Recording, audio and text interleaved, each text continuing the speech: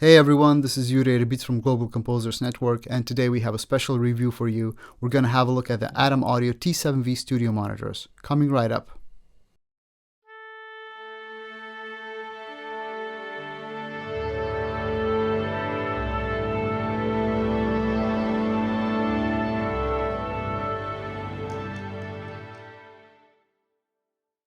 Having a transparent set of studio monitors is probably the most important aspect of a composer studio setup. You naturally want to have your music sound as good as possible, and to achieve that, you need monitors that allow you to hear the music as transparently as possible. That's where the studio monitors come in.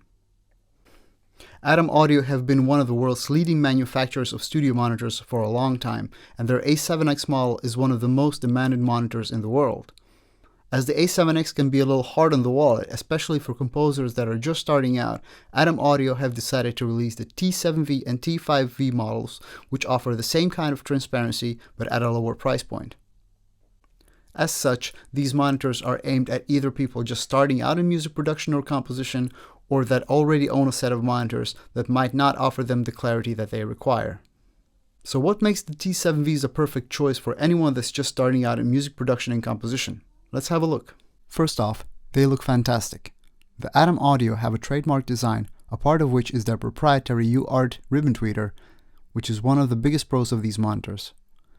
Thanks to its HPS, or high frequency propagation attribute, that ADAM Audio also use in their flagship S-series models, they offer extensive range up to 25 kHz and a super wide sweet spot, which in practice means that you will be able to hear the high frequency elements of your music much clearer and will be able to listen to them for longer periods of time with virtually no ear fatigue, even after hours on working on your music.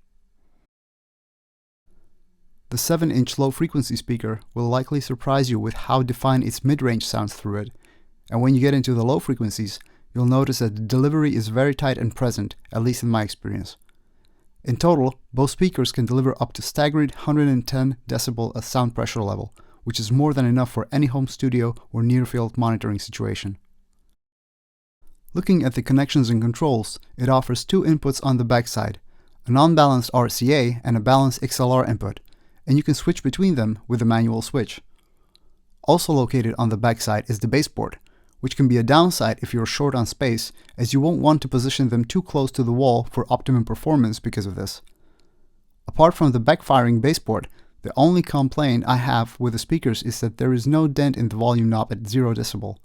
It would have been a nice feature to have, as it now takes a little bit longer to adjust both speakers to exactly the same volume level. As my previous monitors were the KRK Rokit 6 3rd generation, I decided to do some testing and comparison between the two.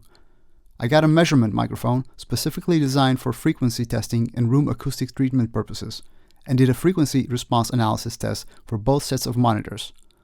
Now my room is fairly well acoustically treated, except for the very low end on the frequency spectrum, as you'll be able to see in a minute from the graph. First I took the measurements using the Rokits and then the T7Vs. Looking at the graph of the frequency response of the Rokits, you can notice the rise of the waveform at about 50 Hz or so, and then a drop at 100 Hz. That's where the bass traps that I have in the studio start working. We can see that the response starts stabilizing at about 200 Hz and then drops again at around 2.5 kHz. Now let's have a look at the response of the T7Vs. We can see a much faster response in the lower end of the spectrum, but then a more significant drop at 100 Hz. After that, it bumps up again. We can see that the lower end is a little crazier here, and in my opinion, this is due to the baseboard being located on the back of the speakers, and speakers being right close to the wall. We can see a similar graph response to the Rokits, with a more gradual decline towards the 2 kHz area, and then again a more or less stable graph towards the higher end. I have to say that I expected that the frequency analysis test would show a lot more differences than it has. In reality, when you compare the two pairs of monitors, you can clearly hear that the ADAMs deliver a lot more clarity and better stereo imaging, both of which are rather difficult to test with merely a frequency test. So what do they sound like? From the moment I first turned them on, I could immediately tell the difference and a significant improvement in the stereo image, depth, and increasing clarity and instrument separation. And of course, the high end that came out of the UART tweeter was absolutely incredible.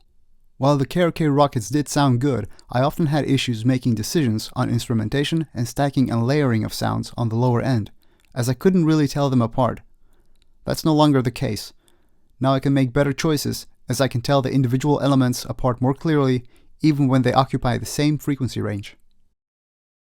As far as the listening experience goes when listening to music, I can say with confidence that I truly enjoy listening to any kind of music on the T7Vs for hours on end, without them being fatiguing or projecting differently at different volume levels.